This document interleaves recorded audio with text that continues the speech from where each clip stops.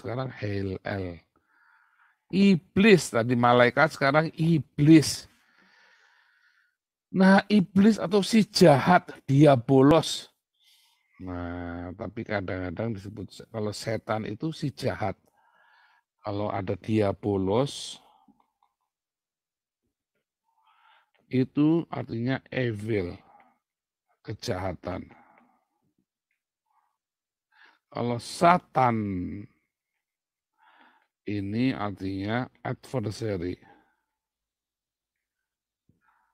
Ya, makanya nanti beberapa ayat Alkitab yang disebutkan ya kesusahan itu sebutnya setan. Ya, beberapa ayat Alkitab nanti Anda cari sendiri itu. Lihat bahasa aslinya, kalau lihat kesusahan itu sebenarnya setan, adversary ya. Itu makanya bilangnya setan. Jadi setan itu adalah adversary. Ya, setan dalam hidupmu. Nah, kalau ada ya, tapi nanti kita ceritain dulu Hillel dulu.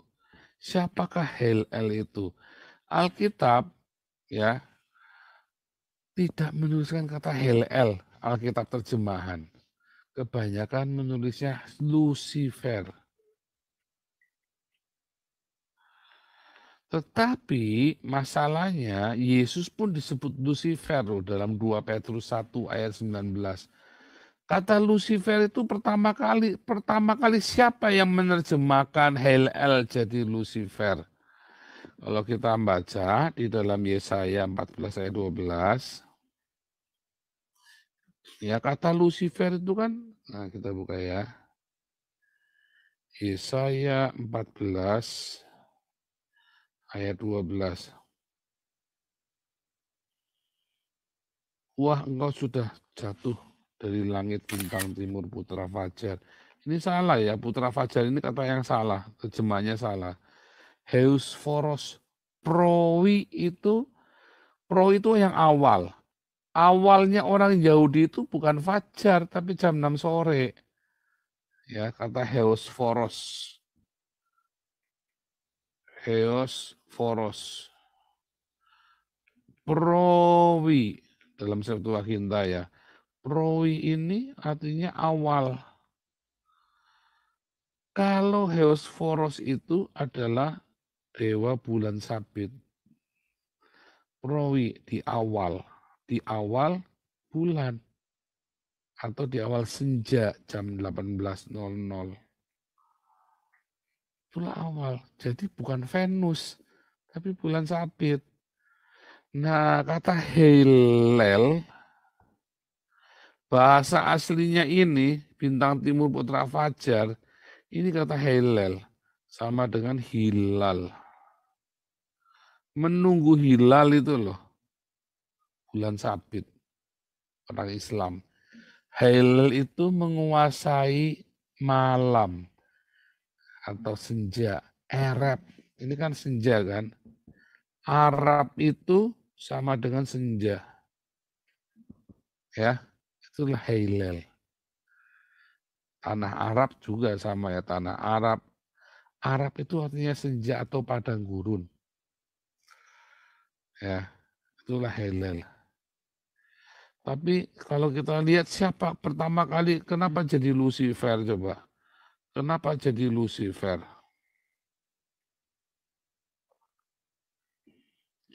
Kata Lucifer pertama kali disebut di dalam Vulgata.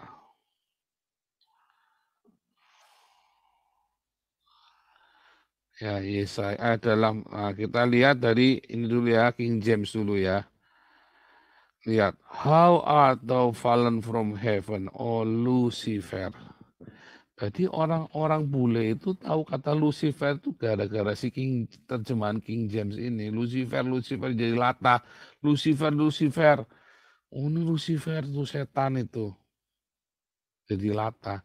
Tapi apakah nama aslinya Lucifer? Bukan, Hillel.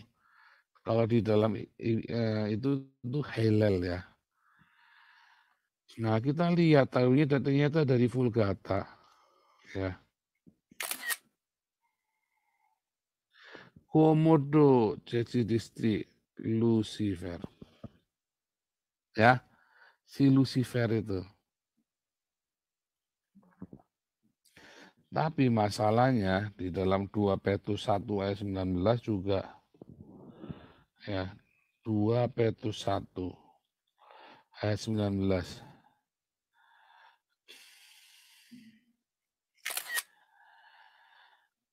Ya, Yesus juga disebut Lucifer.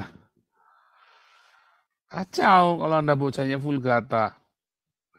Makanya kalau si Tony Daud Mongol bilang saya panglimanya Lucifer dan sebagainya, saya bilang kamu ini nggak baca Alkitab, kamu nggak ngerti Alkitab. Kamu nggak ngerti Alkitab. Yesus pun disebut Lucifer.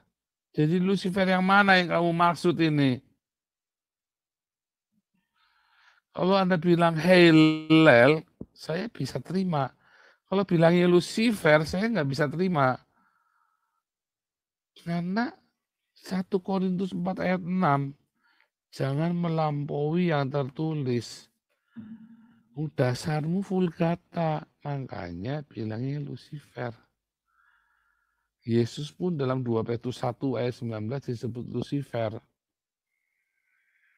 Kalau Hillel bin Sakar, Hillel itu artinya bulan sabit. Ben Syahrar, Syahrar itu adalah 1 bulan. Ya, kalau bulan itu kan man, bulan sabit, moon crescent moon. Tapi kalau bulan penanggalan kan month. Ya, kalau ini adalah Hillel, ini adalah Syahrar. Hilal Hilal ibnu Syahrar. Jadi kalau ada temenmu yang pakai nama Syahrar, Syahrar Nur Hayati, nah, artinya Syahrar di bulan itu, bulan Syahrar Nur, ada cahaya hayati yang menghidupkan. Artinya mungkin orang tuamu lagi bangkrut, lagi kere, lagi susah, tiba-tiba kamu lahir. Nah, inilah cahaya kehidupan di bulan ini lahir cahaya kehidupan. Syahrar Nur Hayati. Maksudnya begitu ya. Itu bahasa Arab. Syahrar Nur Hayat. Ya, bagus ya. Syahrar Nur Hayati. Bisa ide buat nama tuh. Ya. Nah, misalnya begitu. Tapi ini lagi cerita tentang kisah di tanah Arab. Hilal bin Syahrar. Hilal bin Hilal bin Syakhar atau Hilal ibnu Syahrar, penguasa tanah Arab. Nah, itulah. Dan itu yang dipuja. Hilal itu ya, penguasa tanah Arab. Siapa yang disebut penguasa bulan sabit? Itulah Hubal. Ya, dewanya orang Quraisy, Hubal. Sama persis yang punya anak alat manat Usa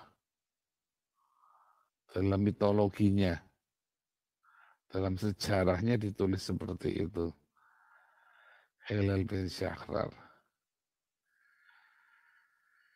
Nah, ini adalah malaikat yang jatuh, para messenger yang jatuh, yang punya kesombongan. Nah, ketika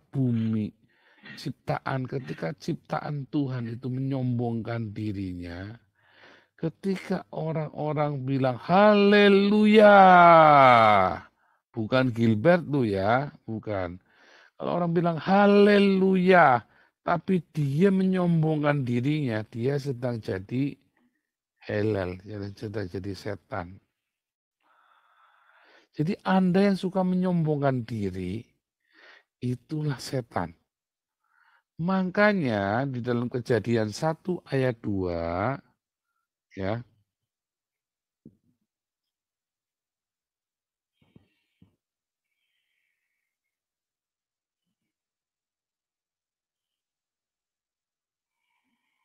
Kejadian 1 ayat 2 ya.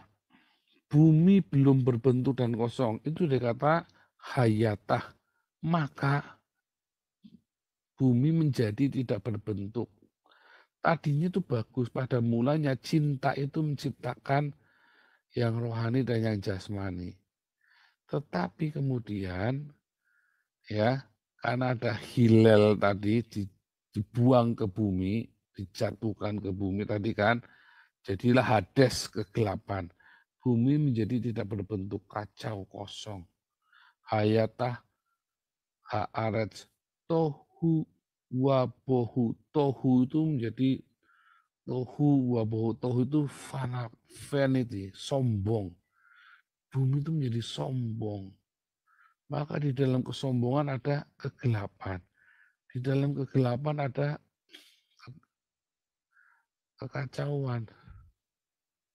Itu arti hurufiahnya begitu ya. Tohu wabohu, arti hurufiah yang makna lain. Makna apa namanya homonimnya ya, homonim. Kata yang sama tapi artinya beda. Tohu wabohu wakosek alpanetehum. Alpanetehum menguasai kegelapan, ebisos, dunia orang mati. Makanya kalau Anda lihat ya, kalau di dalam Kejadian 1 ayat 2 gelap gulita menutupi samudra raya, nanti di Wahyu 22 maka laut tidak ada lagi. Ebisos dalam bahasa dalam bahasa Yunani, kata samudra ini berasal dari kata ebisos. Ebisos itu sama dengan dunia orang mati, sama dengan Hades. Ebisos itu adalah bagian dari Hades yang paling kelam. Ebis. Malaikat yang paling jahat ada di sana. Makanya kalau Anda bilang, oh ada Lucifer, ada malaikat yang paling jahat. Malaikat yang jahat itu kan begitu dilepaskan, dia akan rusak itu seluruh bumi. Jadi kalau Anda sekarang ketemu Lucifer, bohong. Malaikat yang paling jahat itu nanti ya, yang disebut dengan Apollyon atau Abaddon itu baru dilepaskan di akhir zaman. Dunia rusak gara-gara ini. Kenapa begitu dia keluar? Apa yang dia lakukan? Ya dirusaklah bumi inilah. Rusak serusak-rusak yang mumpung bisa keluar. Nah, jadi apakah barang ini? Diabolos atau satana ini yang disebut dengan Hailel. Karena ada orang-orang yang ingin memuliakan dirinya sendiri. Itulah Hailel. Itulah diabolos. Orang-orang yang ingin memuliakan dirinya sendiri, yang ingin memanipulasi orang lain, ya, itu adalah orang-orang yang merusak. Ya, orang-orang yang egois, selfish, patetik. Wah, itu merusak ya hidupnya ya. Makanya kegelapan hidupnya gelap. Karena orang-orang ini hanya untukku dan untukku. Pendeta-pendeta yang hidupnya inginnya dalam kemewahan itu ya untukku dan untukku. Dia susah. Makanya dia berani-beraninya mengatain orang yang sedang berdiakonia itu anak iblis. Dan hati-hati ya.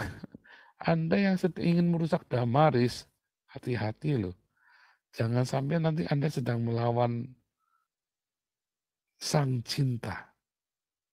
Ya, Anda nggak berhadapan dengan saya loh. Saya nggak akan balas, saya mau bodo amat. Tapi jangan-jangan Anda sedang melawan sang cinta loh. Daripada Anda ngoceh-ngoceh nggak jelas kayak orang sakau, mendingan kamu bikin sendiri dengan gerombolanmu tadi, ya. Bikin dong, yang bagus dong. Kan donaturnya banyak, katanya kamu dipercaya. Batuk, bisa dapat duit. Ya, katanya kamu yang mulai Damaris. Kenapa kamu nggak bisa mulai lagi? Berarti Bohong dong, ya.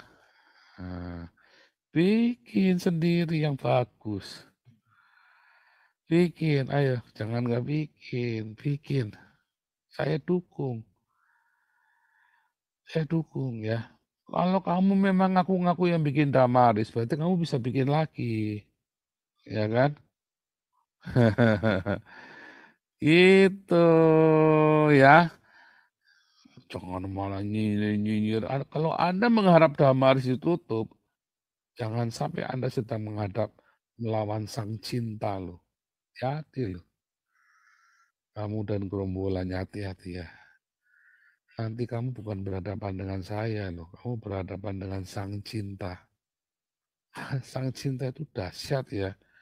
Kalau Anda melawan cinta itu dahsyat tuh. Hati-hati ya. Jadi apa itu? Ya, nah, kalau Anda melihat tadi Helel itu, ya, ternyata si Helel ini adalah kuasa pengaruh jahat dalam hidupmu. Karena ada kesombongan, Helel. Harusnya kan pujilah Tuhan. Tuhan yang menjadi center. Tapi kamu menjadi center bagi dirimu gelap. Gulita menguasai bumi, samudera raya. Hidupmu gelap. Makanya setan itu terus kamu hidupnya kayak orang kesetanan. Itu tadi, adversary. Karena apa? Kamu kacau. Tapi jangan takut kalau kamu datang pada Tuhan Yesus, semua yang kelihatannya adversary itu Tuhan akan rubah menjadi kebaikan. Roma 8 ayat 28. Bahkan ketika adversary itu datang kepada Ayub, ya, setan itu Tuhan bikin tuh untuk memuliakan dia. Itulah kejahatan, itulah setan. Tengking-tengking, nggak ada tengking-tengking.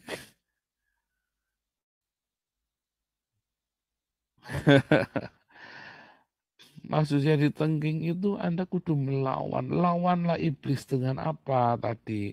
Perangan kita itu bukan dengan darah dan daging, Efesus 6. Terakhir ya.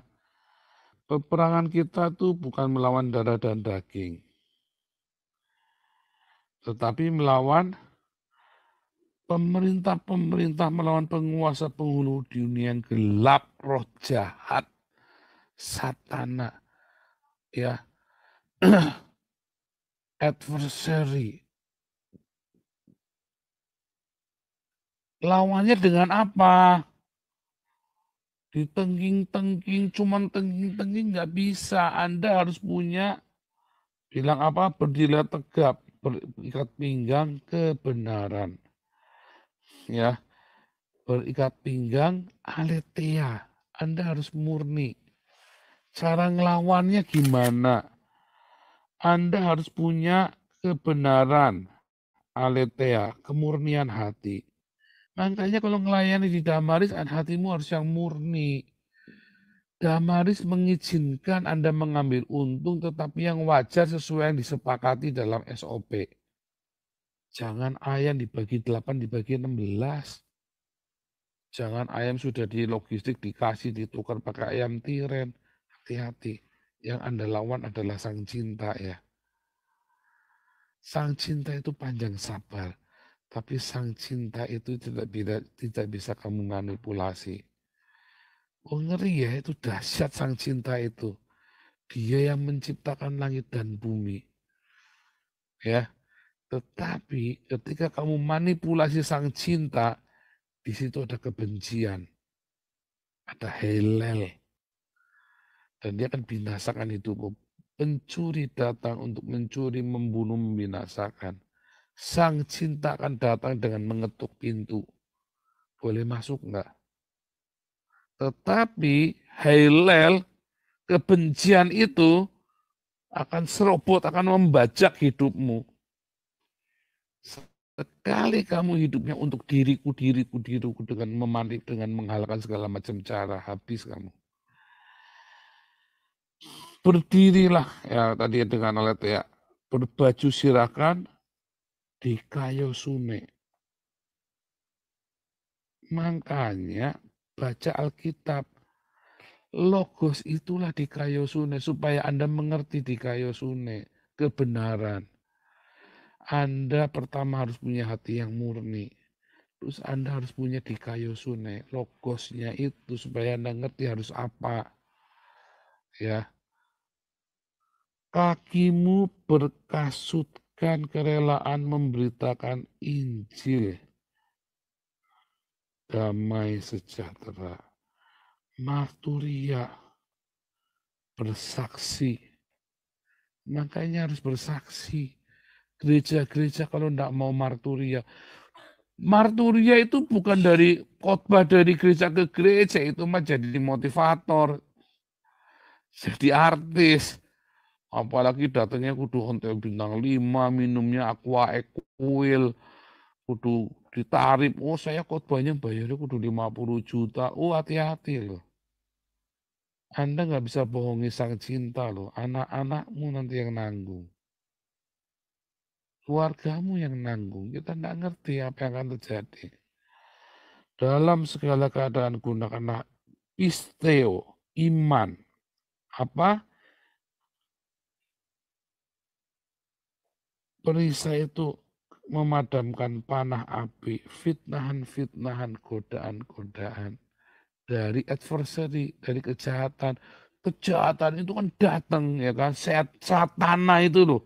Satana itu kan menghancurkan kamu, berusaha untuk nembakin kita terus kan. Menghancurkan kita kan, fitnahan-fitnahan, nyinyiran-nyinyiran. Jangan tergoda, fokus ya, selesaikan, tuntaskan pelayanan kita dengan cinta. Jangan mau keganggu, jangan pemberesan terus, klarifikasi hanya sekali. Jangan pemberesan terus, nggak beres-beres. Kalau Anda pemberesan terus nggak beres-beres, jangan-jangan Anda hidupnya nggak beres. Ya, terimalah ketopong keselamatan. Ya kan, kita sudah diselamatkan. Ya, minta keselamatan itu dari Tuhan Yesus. Jangan takut.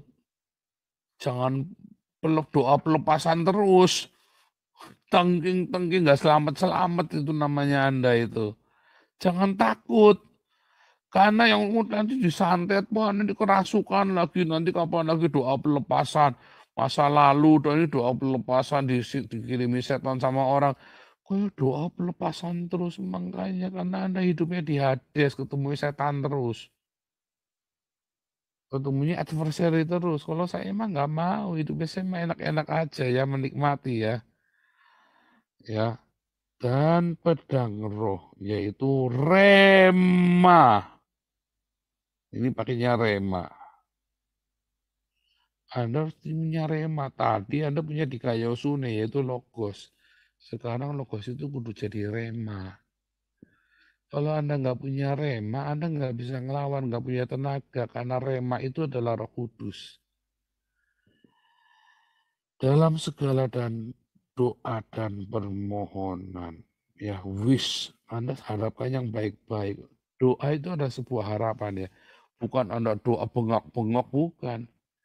Anda lagi duduk ngadap, buat Tuhan anakku pulang. Itu doa.